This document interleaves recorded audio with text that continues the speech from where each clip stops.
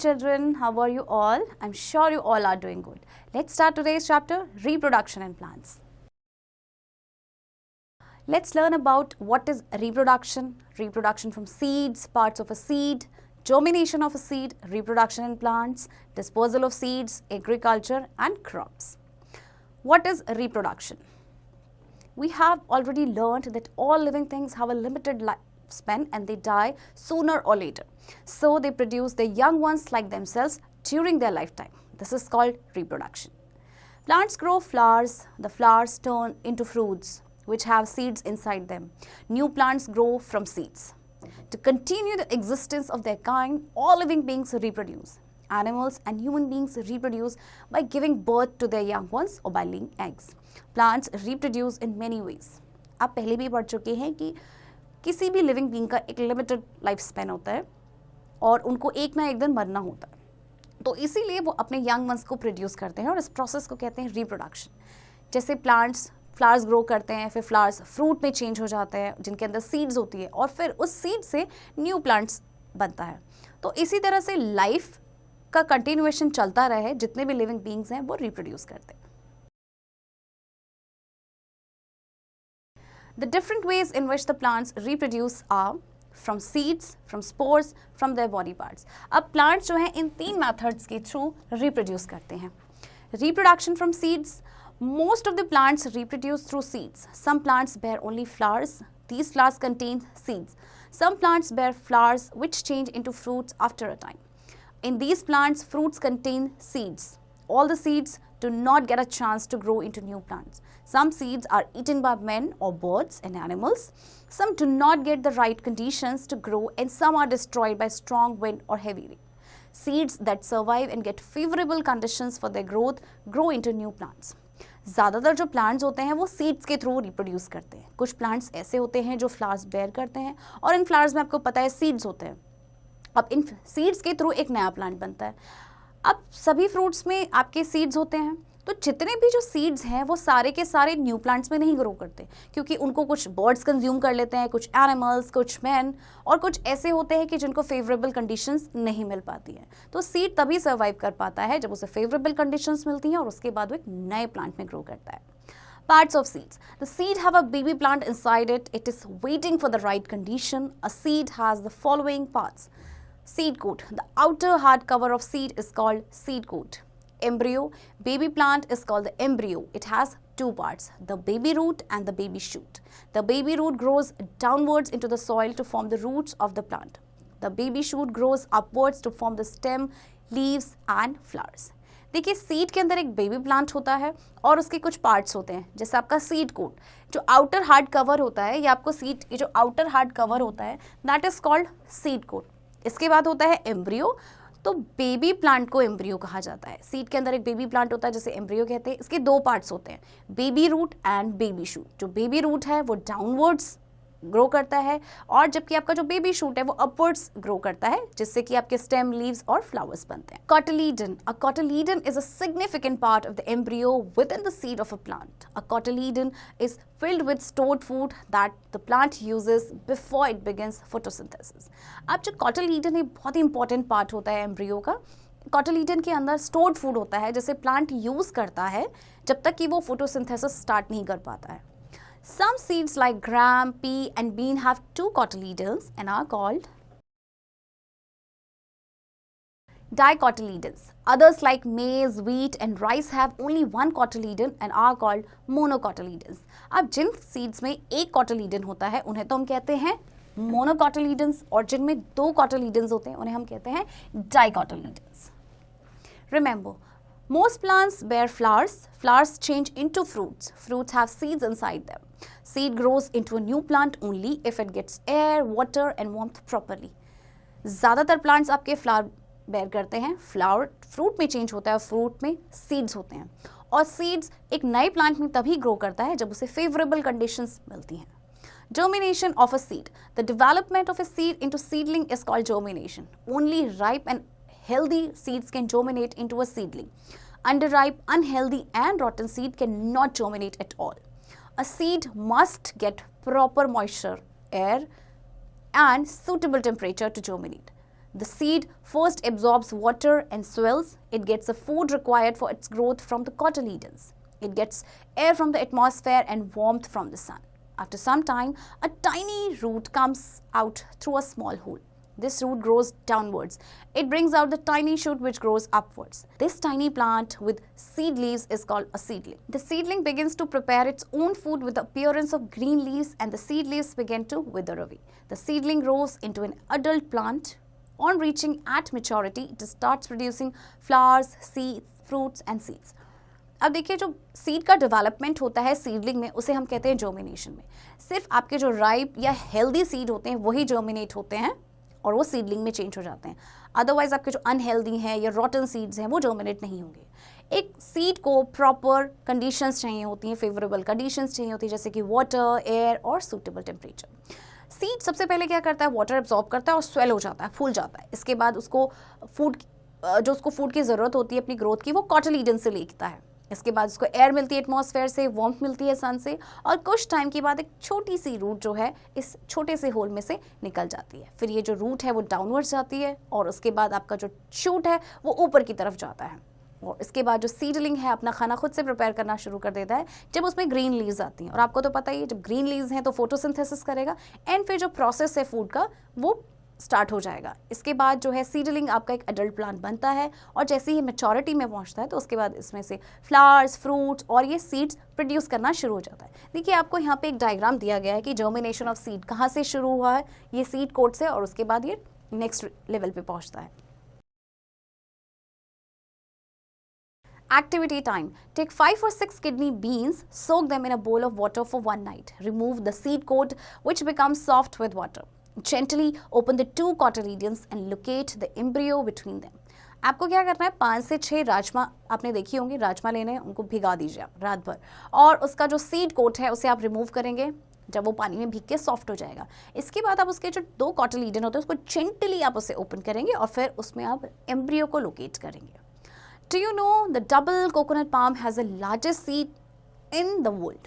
जो double coconut palm है उसका सबसे बड़ा seed होता है। Dispersal of seeds. Dispersal of seed is very important for the survival of plant species. If plants grow too closely together, they have to compete for light, water and nutrients from the soil. Seed dispersal allows plant to spread out from a wide area and avoid competing with one another for the same resources. The scattering or carrying away of seeds away from the parent plant is called dispersal. अब देखिए disposal of seeds बहुत important है, क्योंकि क्या होगा, अगर एक ही जगह पे बहुत सारे सीड्स हो जाएंगे तो उनके बीच में कंपटीशन होगा, लाइट को लेके, वाटर को लेके और न्यूट्रिएंट्स को लेके। तो इस कंपटीशन को अवॉइड करने के लिए सीड का डिस्पोज होना बहुत ज़रूरी है। सीड का डिस्पोजल का मतलब क्या है कि पेरेंट प्लांट से सीड कुछ दूरी पे चला जाए, स्कैटर हो जाए, तो उसे कहते हैं disposal. Dispersal by wind. Seeds that are small and light are usually dispersed by wind. A cotton seed have a small fluff around them.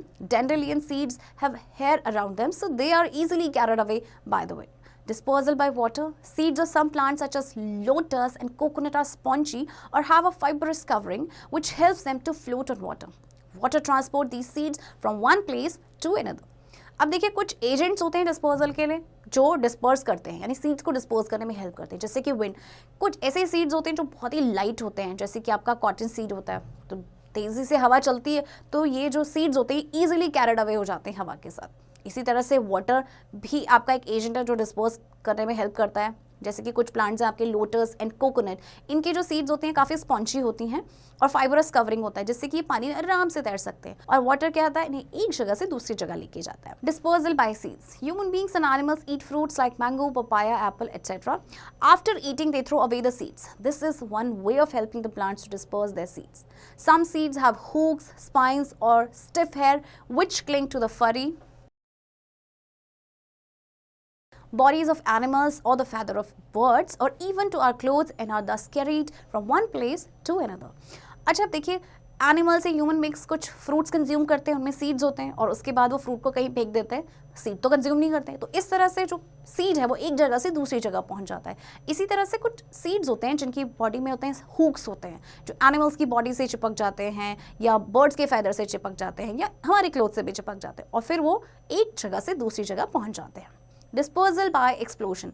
Fruits of some plants such as bean, pea, poppy burst open when ripe and scatter the seeds in all directions. This mechanism of disposal is called explosion. कुछ ऐसे seeds होते हैं जो पकने के बाद फट जाते हैं, मतलब जैसे ही वो ripe हुआ वो फट जाएंगे और जो उनके seeds हैं वो सारे directions में चले जाते हैं, तो इसको बोलते हैं explosion. Reproduction from different parts of plants.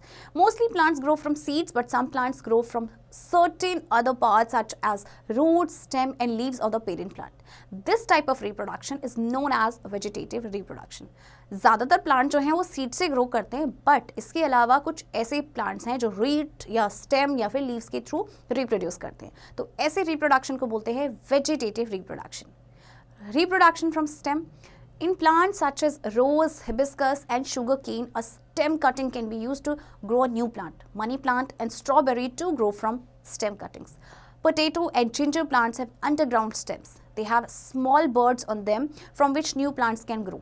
Onion and garlic plants have underground stems called bulbs. New plants grow from these bulbs. अब जैसे पोटैटो या जिंजर प्लांट है, ये आपके अंडरग्राउंड स्टेम होती हैं, तो इन्हें कैसे, इनकी बॉडी में ना छोटे छोटे बर्ड्स होते हैं, तो ये बर्ड के थ्रू फिर नया प्लांट बनता है. इसी तरह से आपके जैसे रोज़ या हिबिस्कस या शुगर केन है, इनकी कटिंग कैसे होती है, स्टेम इनकी कट की जाती है और देन उसके बाद इससे नया प्लांट ग्रो करता है. Grafting. Grafting is a method in which stems of superior quality plants are attached to the stems of ordinary plants to produce superior varieties. Oranges, mangoes and guavas are grown by grafting. Grafting में क्या होता है, एक ऐसा method है जिसमें कि आपका जो स्टेम है वो किसी अच्छी क्वालिटी के प्लांट का लिया जाता है, सुपीरियर क्वालिटी प्लांट का, और उसके पास को अटैच किया जाता है किसी ऑर्डिनरी वैरायटी के साथ. जैसे कि आपके ऑरेंजेस, मैंगोज एंड गुआवास जो हैं ये ग्राफ्टिंग के थ्रू ही ग्रो किए जाते हैं.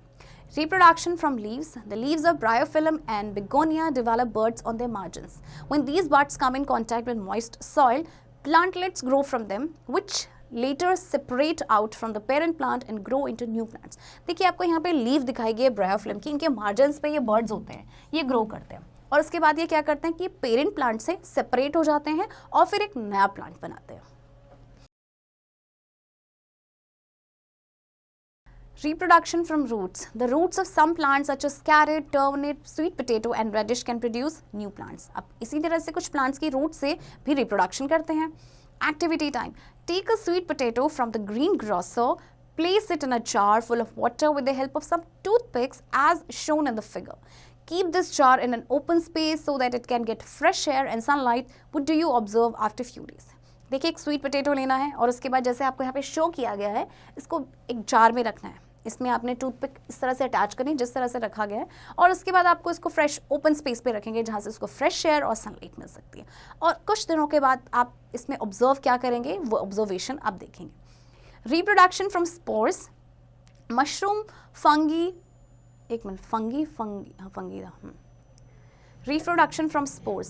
Mushroom, fungi, ferns are seedless plants reproduced by spores. They do not produce flowers. They produce tiny spores. Each of these spores can grow into a new plant. अच्छा, कुछ ऐसे आपके plants होते हैं जैसे कि mushroom, fungi and ferns, ये seedless plants होते हैं. इनमें seed नहीं होता, but ये reproduce करते हैं spores के through. ये flowers भी produce नहीं करते हैं, ये छोटे छोटे spores produce करते हैं, जिसके बाद इन spores से नया plant बनता है आपका. Do you know the stems of some plants bend down and touch the ground? They develop roots at this point. They can be cut away and planted into the soil. They become a new plant. This is called layering. अब देखिए layering में क्या होता है कि जो कुछ plants के स्टेम होती है वो बेंड डाउन हो जाती है और ग्राउंड को टच करती है, और जहाँ पे उन्होंने ग्राउंड को टच किया वहाँ से एक नया प्लांट बनता है. अब आप उसे काट के ना दूसरी जगह पे भी लगा सकते हैं, तो वहाँ से नया प्लांट बन जाएगा. Agriculture. The practice of growing plants on a large scale for food or other purposes is called agriculture. Agriculture यानी कृषि. सभी को ही पता है क्या होता है कि लार्ज स्केल में प्लांट्स को ग्रो करना फूड या दूसरे पर्पसेस के लिए. Crops. Plants that are grown in a large numbers to provide us food and other useful substances are called crops. Farmers grow different types of crops to fulfill the needs of living beings. Different crops grow in different types of soil, climate and seasons. Crops देखिए, crops किसे कहते हैं, plants जो बहुत सारे number में grow किए जाते हैं फूड के लिए या किसी दूसरे यूजफुल सब्सटेंस, रुको, and others provide us food, दोबारा बोलती हूँ मैं.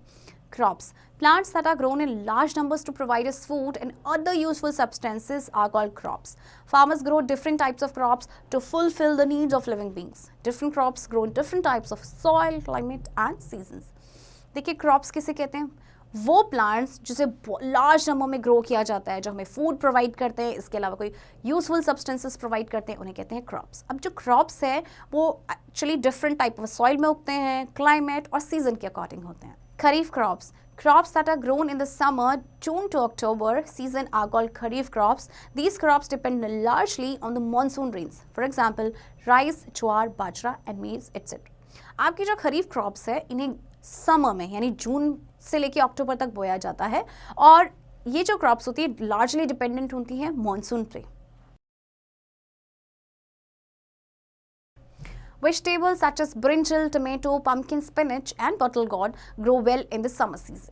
आपने ये सारे वेजिटेबल जो है समर सीजन में देखी होंगी, राइट? तो ये आपकी खरीफ क्रॉप्स में आती हैं. Rabi crops. Crops that are grown in the winter, November to April season are called Rabi crops. These crops do not depend on the monsoon rains. Some Rabi crops are mustard, barley, wheat, pea and gram. Vegetables such as carrot, turnip, radish, cabbage and bean grow well in the winter season. अब जो आपकी राबी crops होती है जब winter start होता है तब इनको ग्रो किया जाता है और अप्रैल तक इनको हार्वेस्ट किया जाता है. ये जो क्रॉप्स होती हैं ये मॉनसून पे डिपेंडेंट नहीं होती हैं. Growing healthy crops. To get a good food yield. Growing healthy crops. To get a food yield from crops, the following points should be kept in mind. Crops should be grown in the suitable climate and soil. Healthy seeds should be used. Fertilizers and manures should be added to the soil to make it fertile. Unwanted plants called weeds that grow between crops should be removed as they compete with the plants for nutrients. The process to remove of the weeds is called weeding. Crops should be irrigated at the right time. Harvest the crops at the time and store them properly. अब healthy crops कैसे grow होगी इसके लिए कुछ points आपको ध्यान में रखने हैं. सबसे पहले जो क्रॉप्स हैं उनको एक सूटेबल क्लाइमेट और सॉइल की ज़रूरत होती है. हेल्दी सीड्स को ही हमेशा यूज़ करना है और फर्टिलाइज़र मेन्योर का यूज़ करना है जिससे कि सॉइल जो है फर्टाइल हो जाएगी. अनवांटेड जो प्लांट्स होते हैं आपके वीड्स जो होते हैं आपको ये होते हैं अनवांटेड प्लांट्स. इन्हें हम उगाते नहीं अपने आप से हो जाते, इनको रिमूव करना होता है क्योंकि अगर इनको हमने रिमूव नहीं किया तो जो हमारी क्रॉप है उसके साथ कम्पीट करेंगे न्यूट्रिएंट्स के लिए. इसके अलावा क्रॉप्स को राइट टाइम पे इरिगेट करना है. इरिगेट का मतलब होता है पौधों को पानी देना. Watering the plant is called irrigation. इसके बाद क्रॉप्स को हार्वेस्ट करना है राइट टाइम पे. हार्वेस्ट का मतलब क्या होता है जब क्रॉप मैच्योर हो जाती है तो उसके बाद उसको हार्वेस्ट करना होता है. Protection of crops. To protect the crops from insects and other harmful animals spray chemicals on the crops. These chemicals are called pesticides. Some living things such as locusts, rats, grasshoppers and caterpillars harm crops. These are called pests. Farmers also use scarecrows to protect crops from birds and animals. अब देखिए crops की protection कैसे करनी है. सबसे पहले crops को protect करने के लिए उसमें कुछ केमिकल्स को स्प्रे करना है. इन केमिकल्स को बोला जाता है पेस्टिसाइड्स क्योंकि जैसे आपके कुछ लिविंग थिंग्स होते हैं जैसे कि रैट्स, ग्रासहोपर, ये क्या करते हैं हमारी क्रॉप्स को हार्म करते हैं. इसके अलावा फार्मर जो है स्केयर क्रो बनाते हैं. देखिए आपको पिक्चर नज़र आ रही है, इन्हें बोलते हैं स्केयर क्रो. अपने खेतों में लगा देते हैं जिससे कि जो बर्ड्स एंड एनिमल्स सोचते हैं कि ये तो कोई ह्यूमन बीइंग है और वो डर के फिर नहीं आते हैं. Remember, growing crops in a pre-plant succession in order to increase soil fertility is called crop rotation. It helps in reducing the pest buildup, helps in control weeds, it protect crops from disease. देखिए crop rotation किस में help करता है. सबसे पहले तो ये जो पेस्ट बिल्डअप होते हैं इसको रिड्यूस करने में हेल्प करता है. इसके अलावा वीड्स को कंट्रोल करता है और किसी भी क्रॉप को डिसीज से प्रोटेक्ट करता है. Advice: to remove the harmful chemicals such as pesticides, wash fruits and vegetables carefully. Do not eat fruits without washing. Do not eat junk food such as burger, chow-mein, pizza, momos, etc. Fruits और vegetables को आपको हमेशा ही अच्छे से wash करना है क्योंकि उसमें कुछ केमिकल्स यानी कि पेस्टिसाइड्स होते हैं. फ्रूट्स बिना धोए नहीं खाना है और जंक फूड तो बिल्कुल भी नहीं खाना है. Let's remember, to continue the existence of their kind all living beings reproduce. Plants reproduce by producing seeds, spores from body parts such as stem, leaf और root. A seed requires proper amount of air, water and temperature for germination. देखिए कोई भी living being अपने existence को continue रखने के लिए reproduce करते हैं. प्लांट रिप्रोड्यूस करते हैं सीड से या फिर स्पोर से या बॉडी पार्ट से. सीड को जर्मिनेट होने के लिए proper amount of air, water और टेम्परेचर की ज़रूरत होती है.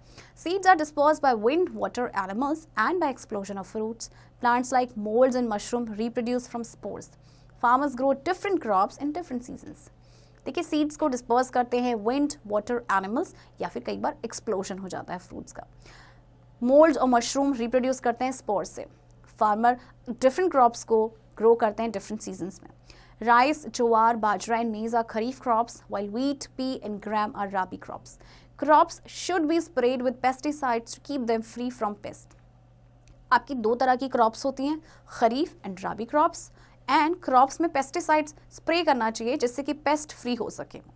Farmers also use scarecrows to protect crops from birds and animals. The process to remove out the weeds is called weeding. Farmers scarecrow का यूज़ करते हैं ताकि अपनी क्रॉप को वो बर्ड और एनिमल से प्रोटेक्ट कर सकें. और वीडिंग का मतलब होता है वीड्स, यानी कि जो अनवांटेड प्लांट्स होते हैं उन्हें फील्ड में से रिमूव करना. सो चिल्ड्रन, आई होप आपको ये चैप्टर समझ आया होगा. इसकी प्रैक्टिस अब आप खुद से करेंगे.